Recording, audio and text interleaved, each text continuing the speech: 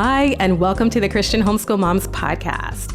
On this show, the goal is to encourage the Christian mom to homeschool with joy during this very limited season of your life and to stay hopeful on this homeschool journey. And I pray that you will find these practical homeschool tips very helpful for you in your everyday life as a mom of faith.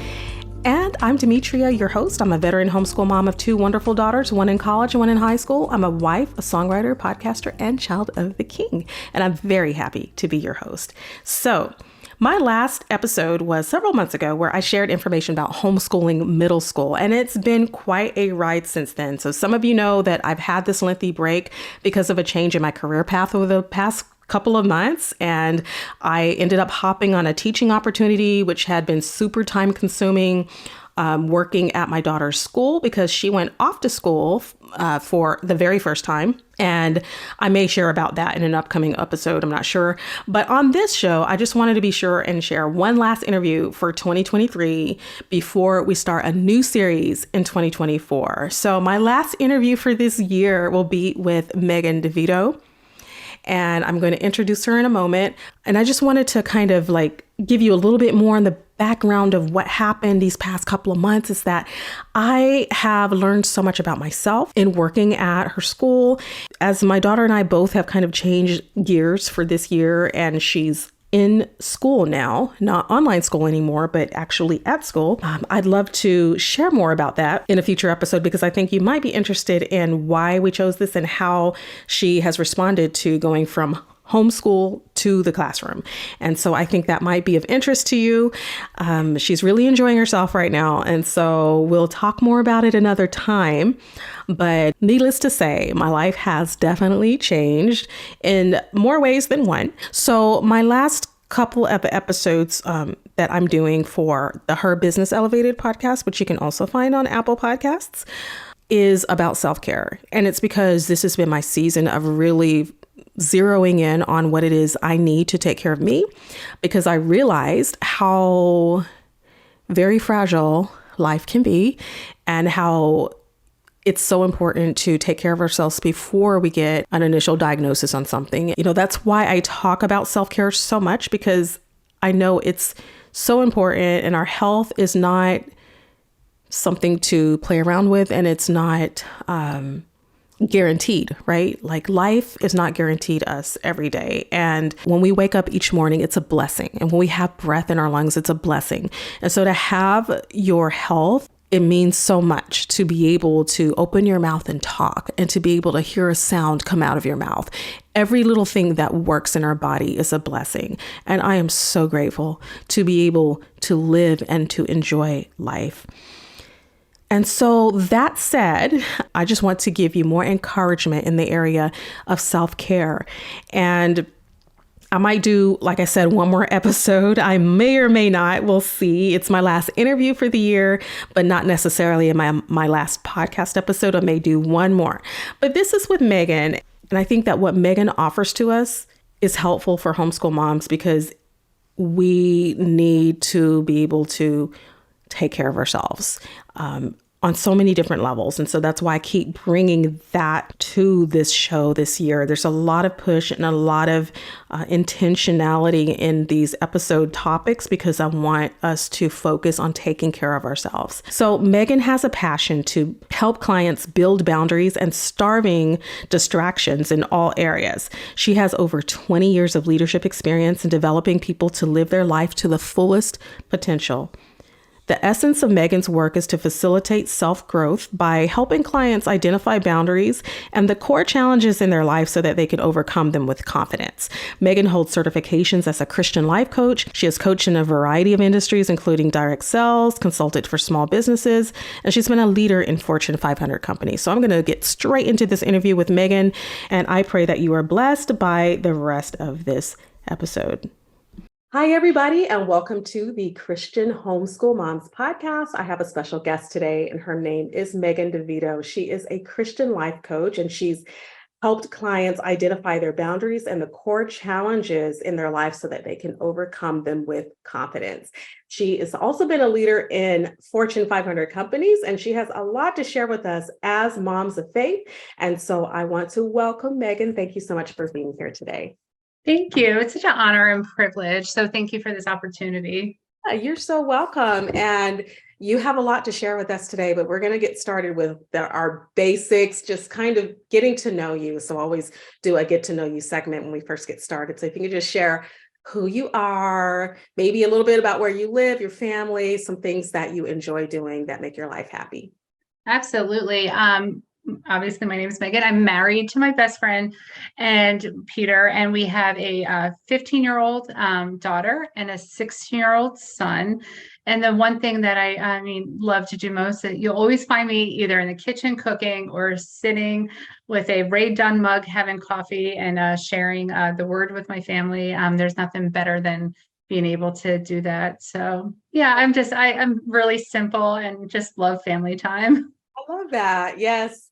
Same. I love I have my favorite mug also that I just sit back. And once my family sees that mug, they're like, okay, mom's out for the day. She's done.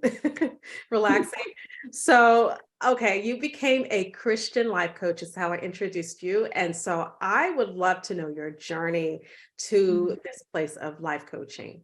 Yeah, it is absolutely a journey. And God has just been so good to me. Our Heavenly Father has just been so patient and corrected me along the way. I didn't become a life coach because I just had this epiphany one day that I needed to be a life coach. I came from a burned out environment of the hustle culture, and I needed rest in my life. And I didn't know what I needed until it was pointed out, not only by the Lord, but by another coach who I was working with at the time. So I started this journey as a life coach. I've been going on almost 7 years coaching. But the Lord has given me incredible experiences in my life. And he boldly told me when I got still enough to hear him and starve those distractions that were going in my life, that I have experiences that I'm not using that he gave me. So here I am today. Using what God has given to you. So I love that. Okay. So in your coaching, you have 4 specific areas that you specialize in. So I want to know what these areas are. We all want to hear like how you actually help women in our journey in life, and what are those 4 areas? Yeah, the areas of life usually, it's family, it's about the spiritual journey, it's about the wellness journey, right? It's about home life and business life. But the main thing that I am called to do is help women build boundaries and starve distractions in their home life and business so they could step into his true peace. We have so many distractions robbing us of our joy, pulling at us, and we think that we're doing everything that we're called to do. But once we shed all of that and we're silent and still enough to hear what he wants for us, that's when we really feel fulfilled. Yes, absolutely. Just having that personal connection with God too, I think I mean, that's the start. And so many of us are busy, and you Yeah. mentioned hustle culture, so we're going to talk about that in just a little Mhm. bit. But boundaries, let's get into boundaries real quick, Yeah. because as women and as moms of faith, homeschooling moms, how important, in your opinion, are these boundaries that we need to put in place in our lives as women, especially women who are in the throes of parenting? We're wearing all the hats and we're doing all the things. How do we implement boundaries in our lives?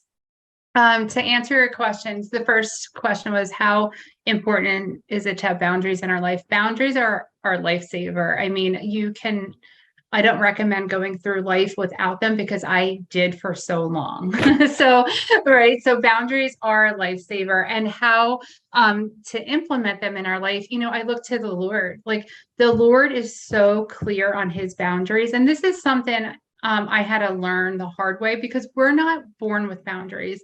All of us are moms. And if you could think of, your toddler going to the hot stove and touching it, or running down the mall, the hall in the mall, because they don't have boundaries. They're pushing boundaries, right? So it's our job as parents to instill boundaries in their life. What's good for them, what's not good for them, what's going to hurt them, and show them, right? But when you come up in I came up in a very dysfunctional I'm not a victim, but I came up in a very dysfunctional family where there was no boundaries. So I didn't start learning to build boundaries probably until I was the age of 25. And then once I started building the boundaries that I was able to build, the Lord started blessing me. And, what I said about I look to the Lord, like, he is clear on he is love. He's not darkness. He's clear who he allows into his house, who he does not, right? And instilling, so building boundaries as a mom and as a wife, we are always the last person that we put ourselves in, like we're considerate of ourselves. We're always the last one. And I heard it loud and clear from the Lord. And, the people pleasing, the endless, putting everyone first. I was so far, Demetra, out of God's family alignment for what he wanted for me. And my life was a messy Jenga game that was just all over the table. Wow. Wow. And so many of us have experienced that, or may even currently be experiencing the lack of boundaries and what that results in, the chaos that it results in our lives. And sometimes because we're moms and because we have a heart for our kids and for our families, a lot of times we put ourselves on the back burner, and we sometimes even grow into developing this mindset of, do I really deserve to see myself as important enough to put myself first? Is it okay to put myself first when I have responsibilities, right? And so we just get so accustomed to putting ourselves on the back. And so one of the things that I like to bring forward on this podcast is self-care. I know it's such a broad term. Everybody's throwing that term around nowadays, but it is like so important that as women, that God created us so that we would take care of ourselves and take care of others as well. But it starts here. We got to take care of me, and we have to take care of ourselves first. And meanwhile, you have a story of how you got caught up in the whole hustle culture. And I think that's something we definitely need to hear, because as busy moms, we're chauffeuring our kids everywhere, or, some of us may be working full-time, part-time while taking care of our kids. There is a hustle to that, and it can be very demeaning, and it can be hard. It can be difficult to keep all the plates in the air. How did you do it? And what did you learn from that experience? And how did you break free from it? Thank you. So I'm going to share something with your listeners, and it's not going to answer the question right away, but we'll get to that. Okay. So I became actively addicted to alcohol at the age of 15. So 15 to 25, when I was growing up, I was really into the throes of alcoholism. So at 25, I went into rehab, and I got the help that I needed, and I got the tools that I needed. And I also supported myself around the community I needed. Right. So then 25, and, I got sober and met my husband. God blessed us with kids. And then I started doing, I got involved in a direct sales company. And I love women that are able to be entrepreneurs and make money for themselves. There's nothing wrong with direct sales. I'm not saying it's bad, right? But for me, I got so caught up in the hustle of the recognition, the validation, the paychecks, the commas, the zeros on the paychecks weren't getting longer each month. Being available for everybody at an urgent speed, where my phone became, the third person in the bedroom with my husband, so what happened was, Demetra, I hit a rock bottom so hard. It was like I was going back into rehab when I was 25. Wow. That's how rock bottom I hit so hard. And I looked up, and I just was like, my life, what did I do? And I didn't see it. The blinders were on. The money was good. The vacations were great, right? I'm home providing for my family, right? But at the end of the day, my husband resented me. I didn't know. My kids were missing me. I didn't know, but I was here. Wow. And I was running on urgency and anxiety all the time. Yeah. Yeah. And those are things we just don't know when we're in the throes of trying to balance it all and trying to have it all at once. And it's what you said, that sense of urgency, and we get caught up in that rat race, as they say, that cycle of, it's almost like an addiction of, I've got to have X in order to have Y, but in order to have Y, I've got to have all the things before X, and then we'll get to Z. But it's just like this constant rat race. And that is what hustle culture is, whether it's in the form of work or ministry or service and volunteering, whatever we're doing that's causing that sense of hustle in our lives where we can't take the time to breathe and enjoy the gifts we've been given in family and just life in general. So thank you for sharing that story. It's really helpful. And how can we break free from it? And then afterward, I would love for you to share like your products, your coaching services, and what you do to help women break free from this hustle culture. Thank you. I think, how do we break free? For me, I needed an outside accountability. I needed someone looking into my life and saying, you know what?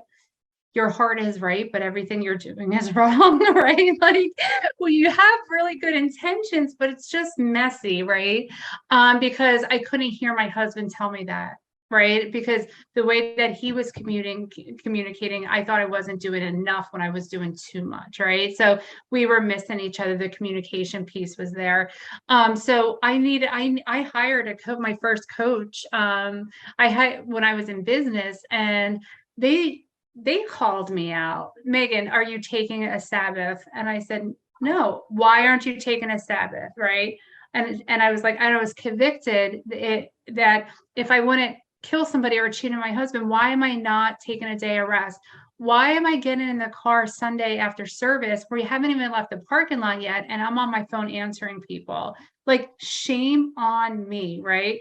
So I started implementing, and with all my clients, I mean, I had to get, Demetra, I had to detox, I had to get sweaty, I had to be uncomfortable, I had to do all the things but I was so desperate for change. And a Sabbath changed and saved my family dynamic. We started incorporating it. Anyone that wants to know what that looks like, I just suggest start doing it, and then your spouse will come along and your kids will come along. But I couldn't tell my husband I wasn't going to work today, because his reaction and his response was always, I'll see it till I believe it. Right. So I started implementing a Sabbath. I started turning off my phone. And then God has been so good to us, because he has given us a day, or he has given us a Sabbath. Our pastor about a year and a half ago asked us to take over the Saturday greeting team on Saturday service. And I was like, don't you know, I love Sunday worship. Like, don't you?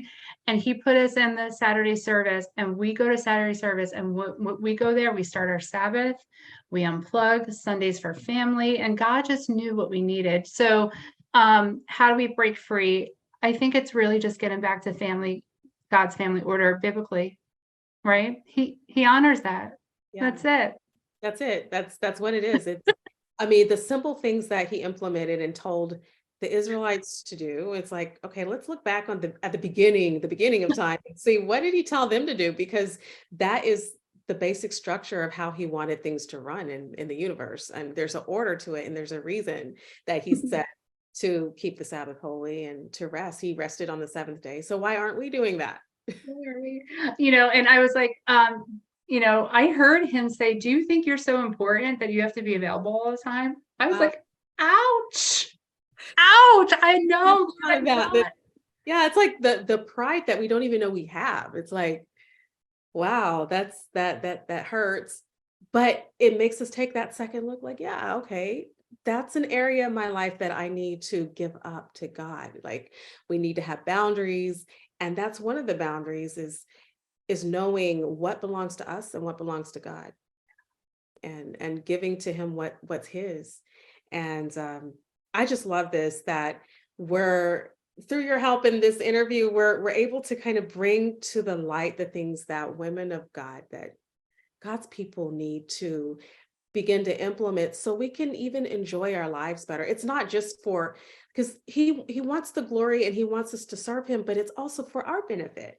And sometimes when we keep doing the things we're doing, and we're doing everything the wrong way and fast. We don't get where we need to be. And God is just like, if you just follow my simple commandments, you can have all the beauty and the health and the wealth and the everything you're looking for. It's right here in the simplicity of my word. So, it's unbelievable because God, I know that my walk is not for me, it's for my children and their children. It's their foundation. And I give it up to the Lord, and whatever you want to do with me, for them, right? And the way that our kids have peace, like there's a sense of peace. And I started incorporating a Sabbath into our everyday weekly rhythm. And then little did I know that I was going to move into the homeschooling realm, right? Like I couldn't be crazy, chaotic, savage mode here and then show up for my kids in the homeschooling. I just couldn't. The Lord knew I couldn't, right? But yeah, it's for my children, and they know what a day of rest is, and they know how to implement it. Yeah. There's a season and a time for all things, and sometimes the Lord has to quiet us down a little bit and say, okay, this is the season for rest, or for the focus on the kids, or the season. There's a season for, maybe we got to work a little hard for a while, and then we need to take a break. And that in itself can be a Sabbath season. Yes. And there's so many different ways to look at how God wants us to live, but there's an order to it. And I just thank you for bringing that to the surface. And I want to know what you offer to our listeners today in terms of your products or programs, any services you have that can help us to tap into finding the Sabbath in our lives and breaking free from hustle culture and finding boundaries. Thank you. I'm just going to say, you just said a season of Sabbath, and I just got so much peace in my heart. I'm like, oh my gosh, I do need a season of Sabbath. Like you said that, it was just like, it hit me. It was like, it's so beautiful. So thank you for the opportunity to share that. So my website is Meghan. It's my first name with an H, Meghan Devito. .com. I'm offering free coaching calls to anyone who's listening to this. You could get on a coaching call with me. I'll look at everything from a bird's eye view, help you get aligned with what is it that God's calling you and your family to do at that time.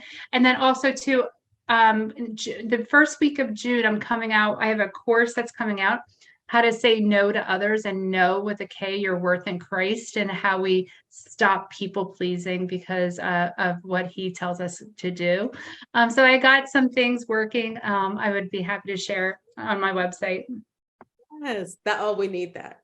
The people pleasing, how to say no, like, oh yeah, perfect. So that's coming out in June.